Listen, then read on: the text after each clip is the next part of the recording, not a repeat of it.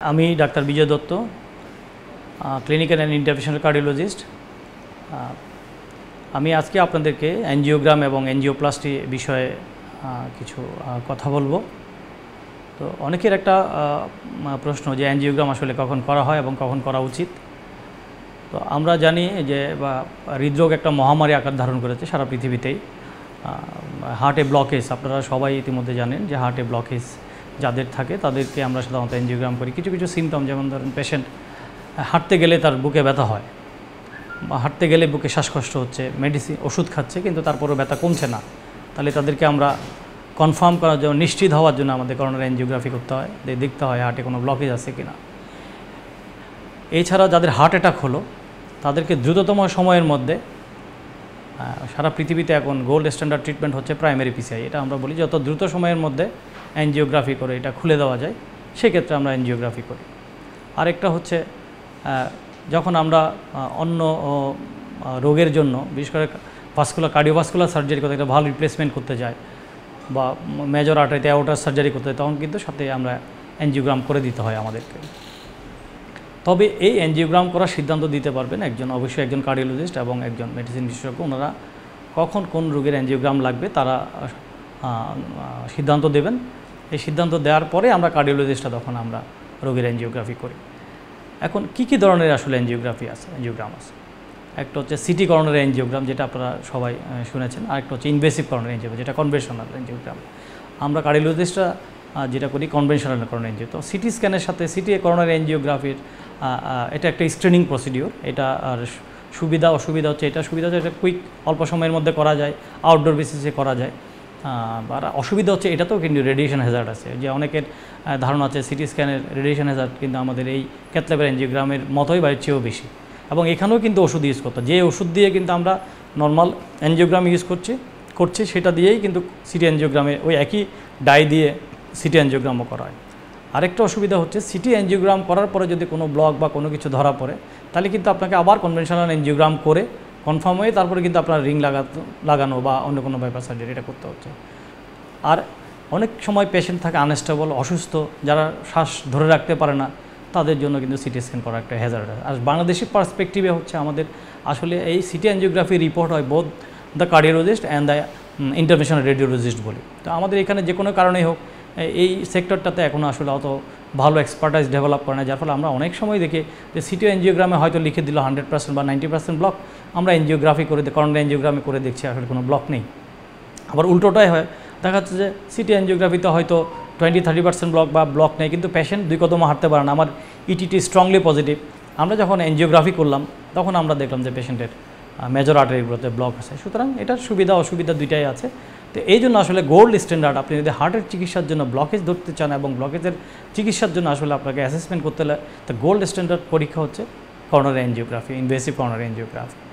এই coronary angiography আমরা বিভিন্ন জায়গায়, যেমন হার্টের জন্য হার্টের করোনারি অ্যাঞ্জিওগ্রাফি, ব্রেনের মানে আমরা যদি ক্যারোটিড অ্যাঞ্জিওগ্রাফি করি, পায়ের জন্য পেরিফেরাল অ্যাঞ্জিওগ্রাফি করি, কিডনির জন্য রেনাল অ্যাঞ্জিওগ্রাফি, সব বিভিন্ন জায়গাতে অ্যাঞ্জিওগ্রাফি।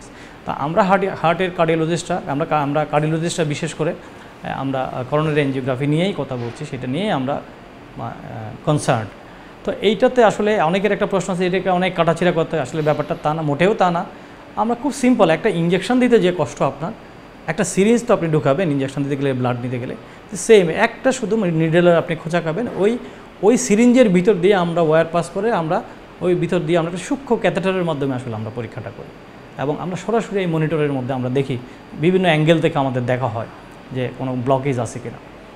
সুতরাং এটাতে কিন্তু একটা জাস্ট লোকাল অ্যানেস্থেসিয়া, আমরা রেডিয়াল আর্টারিতে এখানে অ্যাঞ্জিওগ্রাম করি অথবা ফিমোরাল আর্টারিতে করি। তো আমরা সাধারণত এই রেডিয়াল আর্টারিতে ছোট্ট 1 থেকে 2 সিসি আমরা লোকাল অ্যানেস্থেসিয়া দিয়ে আমরা অ্যাঞ্জিওগ্রাফিটা করি। এবং একটা অ্যাঞ্জিওগ্রাফি যদি মানে আনকমপ্লিকেটেড, ম্যাক্সিমাম 5 থেকে 10 মিনিট সময় লাগে একটা অ্যাঞ্জিওগ্রাফি করতে, এবং পেশেন্ট কোনো পেন ফিল করবে না। পেশেন্ট কিন্তু ওনাকে কিন্তু পুরো অজ্ঞান করা হয় না, উনি কিন্তু দেখবে মনিটরে সব কিছু। আমরা পেশেন্টের সাথে গল্প করতে করতে কিন্তু অ্যাঞ্জিওগ্রাফি হয়ে যায়। সুতরাং এইটা নিয়ে আতঙ্কের কোনো কারণ নেই। অনেক সময় কিছু মিসকনসেপশন আছে আমাদের অ্যাঞ্জিওগ্রাফি করার নিয়ে, আসলে এইটার ঝুঁকি কেমন, অনেকে বলে এটার ঝুঁকি আসলেই খুবই লো। নর্মাল একটা প্রসিডিওর করতে গেলে দেখেন, আপনার একটা সার্কামসিশন করতে গেলেও কিন্তু একটা বাচ্চা খারাপ হতে পারে। তো সেই রকম যে procedure related mortality very less, 1000 রোগীর মধ্যে হয়তো 1 থেকে 2 জন বইপত্রে লেখা আছে, খুবই কম, রেয়ার, এক্সপার্ট এন্ডে খুবই কম। এরপরে আমরা আসি এনজিওপ্লাস্টির ব্যাপারে। আসলে এনজিওগ্রাম এবং এনজিওপ্লাস্টি দুইটাই সাইমালটেনিয়াস। আমরা যদি বলি এই এনজিওগ্রামের ব্যাপারে সবচেয়ে ইম্পর্টেন্ট টাইম হচ্ছে, আমরা বলি যেটা প্রাইমারি হার্ট অ্যাটাকের পর, এটা হচ্ছে ক্লাস 1 ইন্ডিকেশন। হার্ট অ্যাটাকের পরে যখন আমাদের রক্ত ম্যাসিভ হার্ট অ্যাটাক, যখন আমরা জানি যে আমাদের মূল রক্তনালীগুলো 100% যখন ব্লক হয়ে যাবে, তখন কিন্তু চিকিৎসা একটাই, সাথে সাথে এনজিওগ্রাম করে সাথে সাথে খুলে দিতে হবে, সোজা কথা। এর বিকল্প কিছু নাই। এটা দুইভাবে করা হয়, একটা হচ্ছে গোল্ড স্ট্যান্ডার্ড বললাম প্রাইমারি পিসি, আরেকটা হচ্ছে যেখানে এই ফেসিলিটিস নাই সেখানে থ্রম্বোলাইটিক্স, তার মানে স্ট্রেপ্টোকাইনেজ বা টেনিট্রিপ্লেস নামে কিছু রক্ত পাতলা করার ওষুধ আছে। এগুলো যদি রোগী যদি যত দ্রুত, আমরা বলি 12 ঘন্টার মধ্যেও যদি ভর্তি হতে পারে, তাহলে এই ওষুধগুলো দেওয়া হয়। কিন্তু এইটার সুবিধা অসুবিধা হচ্ছে স্ট্রেপ্টোকাইনেজে বলা হয়, বইপত্রে বলা হচ্ছে এখন পর্যন্ত 40 থেকে 50% রোগীর কাজ করে। তার মানে কি বাকি 50 থেকে 60% রোগীর কিন্তু এটা কাজ করে না। আরেকটা ওষুধ আছে যেটা টেনিট্রিপ্লেস, এটার দাম অনেক বেশি, এটা প্রায় 50 থেকে 80,000 টাকা পর্যন্ত লেভেলে বিভিন্ন দামি ইঞ্জেকশন আছে। স্ট্রেপ্টোকাইনেসের দাম খুব কম, 4 থেকে 5,000 টাকা, যেটা আমরা গভর্নমেন্ট হসপিটালগুলোতে অনেকগুলো সরকারি জায়গা তো সরকার বরাদ্দ রেখেছে কিছু কিছু সরকারি হাসপাতালে। আর টেনিট্রিপ্লেস এটার আরেকটু এফিকেসি বেশি, এটা বলা হয় 85% সাকসেস রেট। তো এইটাতে এটার দাম কিন্তু একটু বেশি, এটা 45,000 থেকে 25,000 টাকা পর্যন্ত দাম আছে। আর গোল্ড স্ট্যান্ডার্ড হচ্ছে প্রাইমারি পিসিআই, যেটা আমরা বলছি। আমরা ওই অনেকের ধারণা আছে আমার তো ইঞ্জেকশন দেওয়ার পরে ব্যথা কমে গেল, তাইলে আমার এনজিওগ্রাম করতে হবে কেন? আমরা ইঞ্জেকশন দিয়ে কিন্তু শুধু ব্লাড, রক্তের চাকাটা যেটা জমাট বেঁধেছে সেটা কিন্তু কমানো সম্ভব, কিন্তু আপনার যে ফিক্সড স্ট্যানোসিস, আপনার যেখানে চর্বি জমাতে অ্যাথেরোস্ক্লেরোসিস হয়েছে, সেটা কিন্তু আপনার ওই ইঞ্জেকশন দিলে কিন্তু যাচ্ছে না। যার ফলে ওই জায়গাটা আমরা বেলুন দিয়ে এনজিওগ্রাম করে, ওই জায়গাটা বেলুন দিয়ে সরাই রাস্তা তৈরি করে ওইখানে কিন্তু আমরা একটা রিং বসিয়ে দিতে হয়, এটাকে বলা হয় প্রাইমারি পিসিআই। এবং এইটা দ্রুততম সময় যদি 2 ঘন্টার মধ্যে যদি দিতে পারেন, হসপিটালে আসার বলা হয় door to balloon time, door to needle time. আমরা যদি হাসপাতালে আসার 60 to 90 মিনিটের মধ্যে, 60 মিনিট থেকে 1 ঘন্টার মধ্যে আপনাকে 60 মিনিট থেকে 1.5 ঘন্টার মানে 90 মিনিটের মধ্যে আপনাকে ওয়াই পাস করে ফেলবে, ডোর টু বেলুন টাইম, আপনি বেলুন পাস করে দিতে হবে দরজায় আসার পর। এত দ্রুত এই কাজ যত দ্রুত করাইতে পারবেন তত তাড়াতাড়ি আপনার হার্টের মাসেল কিন্তু সতেজ হয়ে যাবে, বেঁচে যাবে। তো এই জন্য প্রাইমারি পিসিআইকে সারা পৃথিবীতে এখন বলা হচ্ছে এটা this is the golden treatment.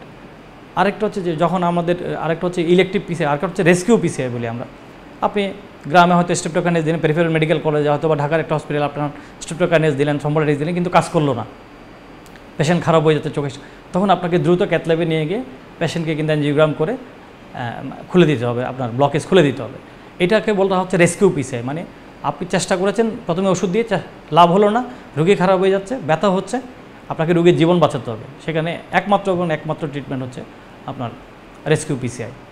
আরেকটা হচ্ছে ইলেকটিভ পিসিআই। আমার পেশেন্ট স্টেবল, হাঁটতে গেলে ব্যথা হচ্ছে, পরিশ্রম করতে গেলে ব্যথা হচ্ছে, আমরা বলি ক্রনিক করোনারি সিনড্রোম। সেখানে ম্যাক্সিমাম মেডিকেশন দেওয়ার পরও দেখা যাচ্ছে যে তার ব্যথা কমছে না, বারবার ব্যথা হচ্ছে, বা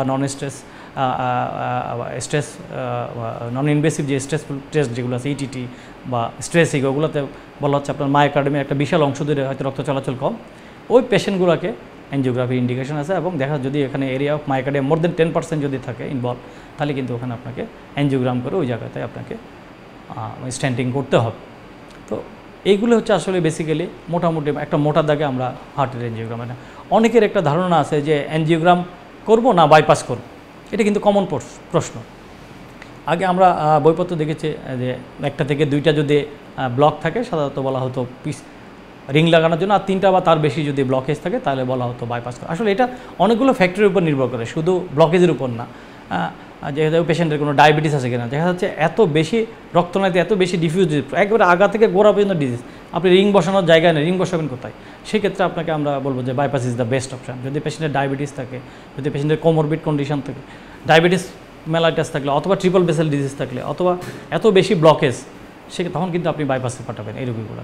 আবার ওদের ডিসক্রিট লেশন, ছোটো ছোটো লেশন কিন্তু 90% 100%, সেখানে আপনি 3টা 4টা হলেও কিন্তু রিং লাগানো পসিবল যদি পেশেন্ট অন্য কোনো করে। আর দেখা যাচ্ছে যে এমন পেশেন্ট, আরেকটা পেশেন্ট ধরেন সে তার সার্ভাইবিলিটি আছে, হয়তো অল্প দিন বাঁচবে, বা তার একটা হার্ট অ্যাটাক হলো, তাকে তো আপনি নিশ্চয়ই বাইপাসে পাঠাবেন না।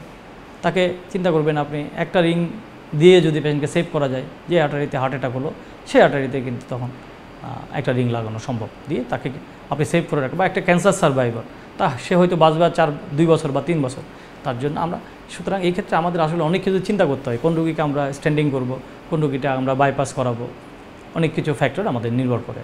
আর আরেকটা ধারণা হচ্ছে যে বাইপাস মানে কি লাইফ টাইম গ্যারান্টি বা রিং লাগালেই কি লাইফ টাইম গ্যারান্টি, এটার কোনো আসলে কোনো মানে এইটার ব্যাপারে বইপত্র বলছে আপনি রিং লাগানোর পরেও কিন্তু আপনাকে ওষুধ খেতে হবে, বাইপাস করার পরেও কিন্তু আপনাকে ইউ আর নট প্রোটেক্টেড, কারণ আপনার তো ডিজিজ আছে। আমরা ওই জায়গাগুলোতে সারাই করে দিয়েছি।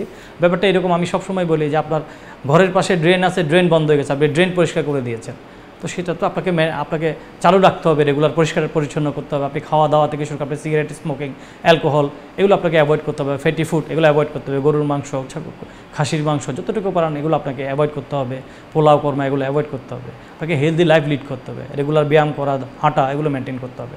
তাহলেই কিন্তু আপনি রিং লাগানোর পরও বেশি, আমাদের এমনও পেশেন্ট আছে 15-20 বছর ফলো আপ আছে রিং লাগানোর পরে, দে আর ডুইং ওয়েল।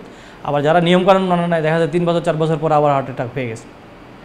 হ্যাঁ, সুতরাং এগুলো সব কিছু নির্ভর করবে আপনার জীবনযাত্রা। আপনি ওষুধ খাওয়া, রেগুলার ওষুধ খেতে হবে, চলাফেরা, খাওয়া দাওয়া, জীবনযাত্রার উপর। তো এই হচ্ছে বেসিক্যালি মোটা দাগে। তো আজকে আমরা একটা এনজিওগ্রামের ব্যাপারে কিছু জিনিস আপনাদেরকে দেখাবো, কীভাবে এনজিওগ্রাম করা হয়, একটা এনজিওগ্রামের পদ্ধতিটা আমরা আপনাদেরকে দেখাবো। আমরা এনজিওগ্রাম শুরু করলাম। প্রথমে আমরা এই জায়গায় রেডিয়াল আর্টারিতে পাংচার করলাম একটা ইঞ্জেকশনের মাধ্যমে জাস্ট, তারপর আমরা ওই জায়গায় একটা ওয়্যার দিয়ে আমরা শুরু করলাম। আমরা এক্সেস সাইটে যাচ্ছি, আমরা এই জায়গায় একটা শীট দিয়ে দিলাম।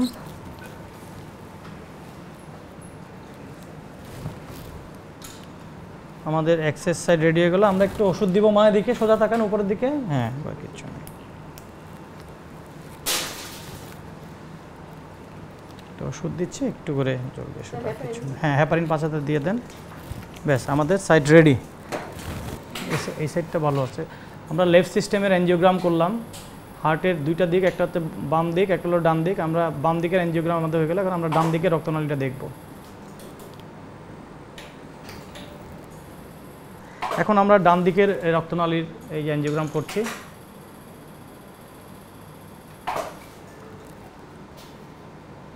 আগের ভিউটা এই যে রাইট কর্নার আর্টারি দেখা যাচ্ছে, এটা নর্মাল আছে, এটাও ভালো আছে।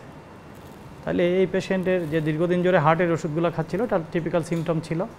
তাহলে এখন থেকে আমরা আশা করছি যে তার হার্টের কিছু ওষুধে চেঞ্জ হবে। হ্যাঁ, দীর্ঘদিন হার্টের ওষুধ খাচ্ছিলেন, সেই হিসাবে আমরা এগুলোকে চেঞ্জ করতে পারি।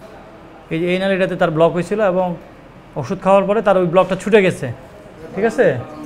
তো এখন আমরা মেডিসিনে রাখবো, ওষুধ কিন্তু খেতে হবে, বাট রিং লাগাতে হবে না। আপনার ইচ্ছা করলে আজকে বিকালে নিয়ে যেতে পারবে, এই প্যাকেজের মধ্যে উনি কালকে সকাল পর্যন্ত থাকতে পারবে। কিন্তু যেহেতু হাত দিয়ে করে দিছি, ইচ্ছা করলে আপনারা এখন তো আপনারা ইচ্ছা করলে 5টা 6টার দিকে নিয়ে যেতে পারবেন, ঠিক আছে।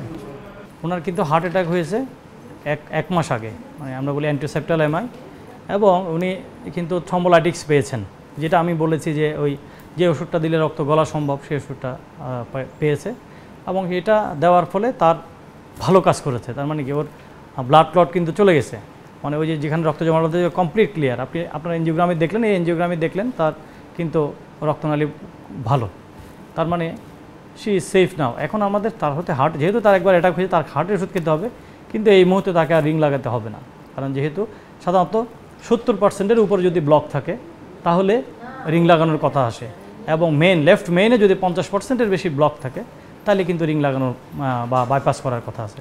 সুতরাং এই কিছু নির্দিষ্ট ক্রাইটেরিয়া হলেই কিন্তু তখন কিন্তু রিং লাগাতে হয়, আইডিয়াল আদারওয়াইজ রিং লাগানোর প্রয়োজন। এই রোগীর হার্ট অ্যাটাক হওয়া সত্ত্বেও, তাদের সমস্ত প্রস্তুতি থাকা সত্ত্বেও আমরা যখন দেখলাম তার এনজিওগ্রাম রিপোর্ট ভালো, সুতরাং তারা রিংয়ের প্রয়োজন নাই, তাকে আমরা ইজিলি আজকে সন্ধ্যায় এবং এনজিওগ্রাম করার আমরা 2 থেকে 3 ঘন্টা পরে আমরা তাকে বাড়ি পাঠিয়ে দিতে পারবো। এবং আপনারা দেখেছেন আমি হাত দিয়ে এনজিওগ্রাম করেছি রেডিয়াল রুটে। এটা সুবিধা হচ্ছে পেশেন্ট এনজিওগ্রাম করে একটু বাদে সে হাঁটতে পারবে, এখান থেকে হেঁটে সে বেডে যেতে পারবে এবং সে 2 ঘন্টা পরে বাড়ি চলে যেতে পারবে। এটা হচ্ছে লেটেস্ট ট্রিটমেন্ট। আগে যখন আমরা এনজিওগ্রাম শিখেছি আজকে থেকে 15-20 বছর আগে, তখন কিন্তু পা দিয়ে করা হতো এবং সবারই শুরু হয়েছে পা দিয়ে। হ্যাঁ, তো পা দিয়ে অসুবিধা হচ্ছে যে পেশেন্টের মোবিলাইজ করতে অসুবিধা হয়, হেমাটোমা হওয়ার চান্স থাকে, পেশেন্ট হাঁটাচলা করতে আসে, পেশেন্টের একদিন একটা বালির বস্তা দিয়ে আমরা রাখি, স্যান্ড ব্যাগ বলি, বস্তা দিয়ে রাখি যাতে ওখানে ব্লিডিং না হয়, পেশেন্টের জন্য কষ্ট। আর বিশেষ করে ফিমেল পেশেন্টের জন্য তো তার একটু প্রাইভেসির ব্যাপার আছে, প্রাইভেসি পার্টির ব্যাপার আছে। সুতরাং আমরা এখন রেডিয়ালকে প্রেফার করছি, সব জায়গাতে রেডিয়াল এনজিওগ্রামকে প্রেফার করা হচ্ছে। তো থ্যাংক ইউ আমাদের সাথে থাকার জন্য।